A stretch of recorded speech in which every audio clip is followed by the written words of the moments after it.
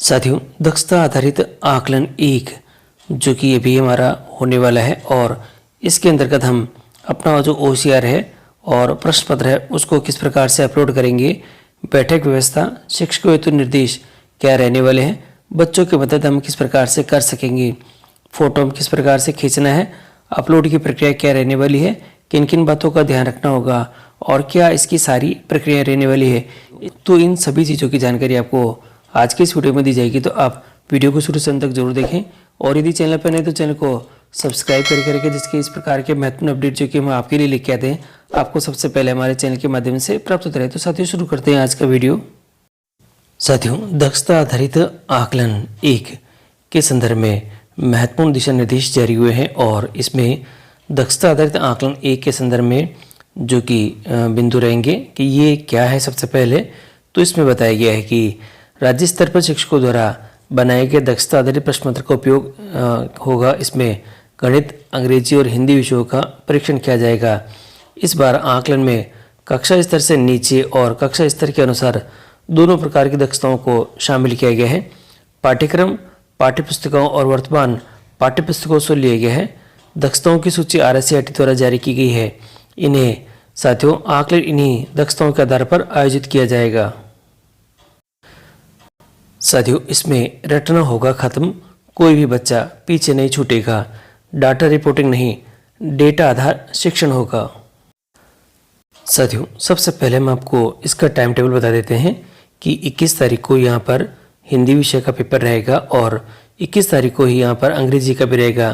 पहले वाले का समय 11 से 12 का है, फिर 1 से 2 का है, फिर 22 तारीख को गणित विषय का है, 11 से 12 के बीच में रहेगा। साथियों, और इसके अंदर हिंदी, अंग्रेजी, गणित तीनों ही कक्षा स्तरीय दक्षताओं की प्रश्न संख्या आपके पास में 20 रहेगी। इस प्रकार के यहाँ पर जो आपके प्रश्न पत्र आपको यहाँ पे प्राप्त होंगे वस्तुनिष्ठ होंगे सारे और प्रश्न पत्र और उत्तर शीट एक ही शीट पे होंगे, ध्यान रखिएगा। और यहाँ पर कक्षा 3 से 5 के लिए हम लोग कह रहे हैं विभाग द्वारा प्रिंट करके प्रत्येक विद्यार्थी को भेजा जा रहा है और शिक्षक सलाह दर्पण शिक्षक ऐप के माध्यम से इसमें यहाँ पर इंस्टॉल मतलब इसको यहाँ पर स्कैन करके स्कैनिंग प्रक्रिया से इसको आगे प्रोसेस करेंगे। साथियों, और इसके अंदर कक्षा 6 से 8 के अंदर आपके पास में अलग अलग OCR शीट में सही विकल्प चयन करने का रहेगा। प्रश्न आपके पास में 6 से 8 में 20 प्रश्न रहेंगे और इस प्रकार से पेपर होगा और OCR शीट आपको इस प्रकार से मिलेगी जिसमें आपको जो भी विकल्प है सही उसको आपको यहाँ पे टिक करना होगा और इसको भी आपको सलाह दर्पण शिक्षक ऐप के माध्यम से स्कैन करना होगा। इसमें जो कि आकलन का तरीका रहेगा वो कुछ इस प्रकार से रहेगा। इसमें आकलन से 1-2 दिन पूर्व आपको बैठने का जो चार्ट है वो तैयार करना है। इसमें आपको स्क्रीन पे सभी दिखाई दे रहा है। अगर 1 शिक्षक है तो किस प्रकार से, 2 शिक्षक हैं तो किस प्रकार से, 2 शिक्षकों के लिए ये रहा और 3 के लिए है, 4 के लिए है और अगर 6 शिक्षक हैं तो आपको बैठक व्यवस्था कुछ इस प्रकार से करनी होगी। और इसके अंदर जो महत्वपूर्ण दिशा निर्देश दे रखे हैं कि देखिएगा, शिक्षक के लिए परीक्षा शुरू होने से पहले प्रति पंक्ति सिंगल आपको टिक करना है और पहले हल करने के लिए एक रफ शीट का उपयोग करें और पेंसिल से आपको इसका मतलब सही निशान को टिक करना है। पहले रफ शीट में उत्तर को लिख लें, नाम और रोल नंबर स्पष्ट रूप से लिखे होने चाहिए। कोई शंका है तो हाथ उठाएं और दूसरे के कागज़ में न देखें। शिक्षकों द्वारा सख्त निगरानी करनी है। कक्षा में परीक्षा के दौरान एक शिक्षक होना ही चाहिए। OCR पेपर को फोल्ड नहीं किया जाना चाहिए और बच्चों को आपको हेल्प करनी है। इसमें हिंदी के अंदर किस प्रकार से करेंगे इसमें दे रखा है। शिक्षक प्रश्नों को पढ़ने में मदद कर सकते हैं। पैसेज पढ़ने के लिए छात्रों को स्वतंत्र रूप से पेपर का उत्तर देना चाहिए। गद्यांश व पद्यांश रूपी प्रश्नों में कोई भी सहायता नहीं करनी है। इंग्लिश के अंदर आपको शिक्षक प्रश्नों को पढ़ने में मदद करेंगे, उन्हें प्रश्नों को समझने में मदद कर सकते हैं, हिंदी में अनुवाद कर सकते हैं। गद्यांश पद्यांश रूपी प्रश्नों में कोई भी सहायता नहीं करनी है। मैथमेटिक्स में शिक्षक प्रश्नों को पढ़ने और प्रश्न को समझने में उनकी सहायता कर सकेंगे। इस प्रकार से ये आप बच्चों की मदद भी इसमें कर सकेंगे। कक्षा 6 से 8 के लिए इसमें कक्षा 6 से 8 में यहाँ दे रखा है OCR का उपयोग किस प्रकार से करना है।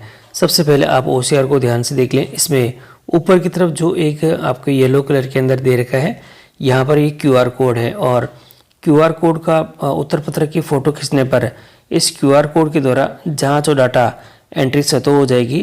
कक्षा 3 से 8 के उत्तर पत्रक में देखिएगा, कक्षा 3 से 8 का जो उत्तर पत्रक है ये दिखाई दे रहा है और इसके अंदर भी यहाँ पर क्यूआर कोड है। ऊपरी दाहिने और क्यूआर कोड बना हुआ है। यहाँ पर स्कैनिंग प्रक्रिया में पहले आप क्यूआर कोड को स्कैन करें, फिर पेज की फ़ोटो आपको यहाँ पे लेनी होगी। ध्यान रखिएगा, इसमें अधिक प्रश्न होने के कारण कक्षा 3 से 5 की OCR के 2 पेज होंगे। हर पेज को आपको यहाँ पे स्कैन करना होगा। कक्षा 3 से 5 की स्कैनिंग प्रक्रिया। साथियों, सबसे पहले आपको जैसे ही आप जो हमारी शिक्षक ऐप है इसके अंदर लॉगिन करेंगे, तो लॉगिन करने के बाद यदि आपने आपकी जो कि सब्जेक्ट टीचर मैपिंग करा रखी है तो आपके सामने इस प्रकार से यहाँ कक्षाएं शो हो जाएगी। देखिएगा, आप किस कक्षा और विषय के विद्यार्थी का डाटा प्रवेश करना चाहते हैं। जैसे कक्षा 3 है और उसमें आप कक्षा 3 सेलेक्ट करेंगे तो आपके विषय यहाँ पे आ जाएंगे जो भी आपने मैपिंग कर रखी है। विषय कौन सा है, जैसे मैं अंग्रेजी का करना चाहता हूँ, अंग्रेजी का करूँगा और फिर यहाँ पर आगे बढ़ने के ऑप्शन पर यहाँ पे क्लिक करूँगा। इस पर क्लिक करते ही हम इसके सेकंड भाग में आ जाएंगे। इस सेकंड भाग में आप देखेंगे तो आपको विद्यार्थियों की संख्या, आपको जो नाम है ये शो हो जाएंगे। पूरे विद्यार्थियों का डाटा यहाँ पे शो हो जाएगा और आपको किस विद्यार्थी का करना है, जैसे पहले ही विद्यार्थी का करना है तो इसके ऊपर आप यहाँ पे टैप करेंगे। टैप करते ही विद्यार्थी की सूचना आपकी स्क्रीन के ऊपर यहाँ पे आ जाएगी। अब आपको क्या करना है, यहाँ पर 2 प्रकार की स्थिति यहाँ पे दिखाई दे रही है। पहला तो फोटो अपलोड कर सकते हैं, अगर दूसरा बच्चा अगर अनुपस्थित है तो उसको यहाँ पर मार्क कर सकेंगे।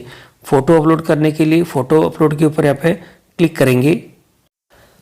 यहाँ आप देखेंगे तो दोनों पेज का फोटो आप सबमिट कर सकेंगे कक्षा 3 से 5 के लिए। पहले वाले पेज पर आप क्लिक करके पहले वाले पेज का फोटो, यानी कि पहले जो फ्रंट पेज है उसका करना है, फिर पीछे वाले का करना है। जैसे हम पहले वाले पेज पर करेंगे तो इसका ये फ्रंट पेज आएगा। पहले ये जो क्यूआर कोड दे रखा होगा पेपर के ऊपर, इसको यहाँ पर आपको क्यूआर कोड को स्कैन करना है।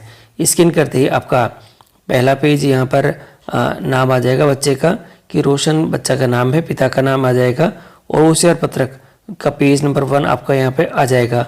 फिर आगे बढ़े पे क्लिक करेंगे। आगे बढ़े पे क्लिक करते ही आपके पास में जो पेज नंबर 1 होगा उसका जो फोटोज़ है आपको यहाँ पे क्लिक कर लेना है।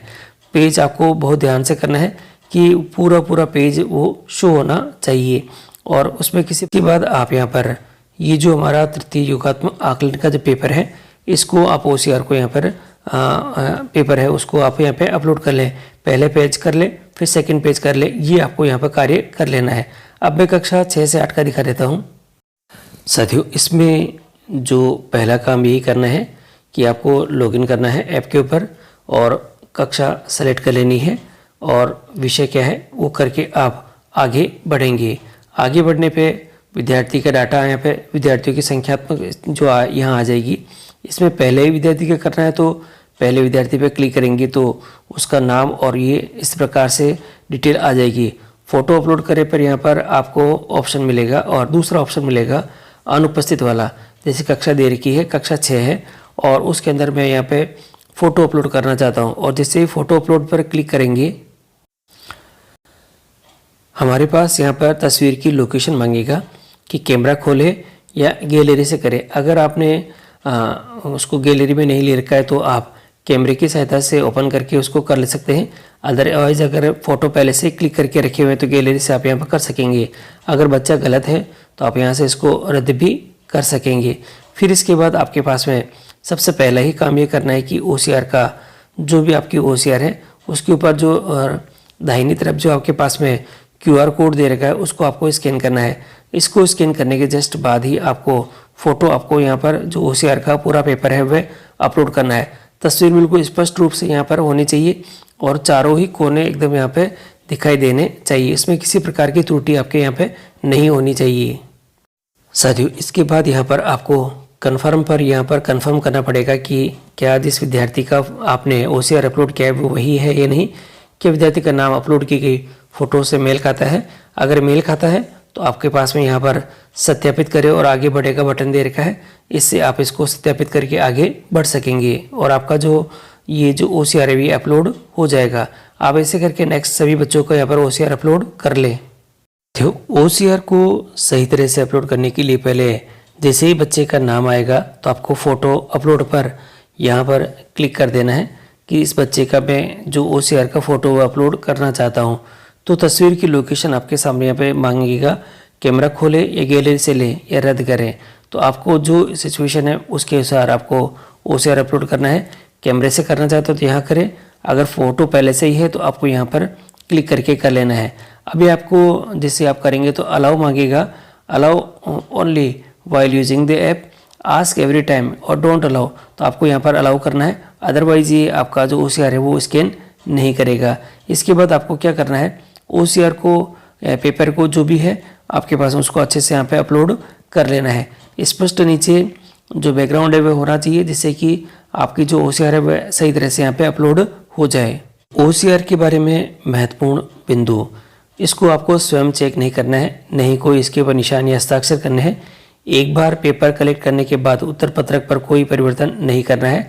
यदि गलती से बच्चा एब्सेंट मार्क कर दिया है तो ऐप पर सफलतापूर्वक पूरा करा बटन दबाएं। इसके बाद आपको विद्यार्थी का नाम का बटन दिखेगा, उसको दबाएं और OCR शीट को अपलोड कर लें।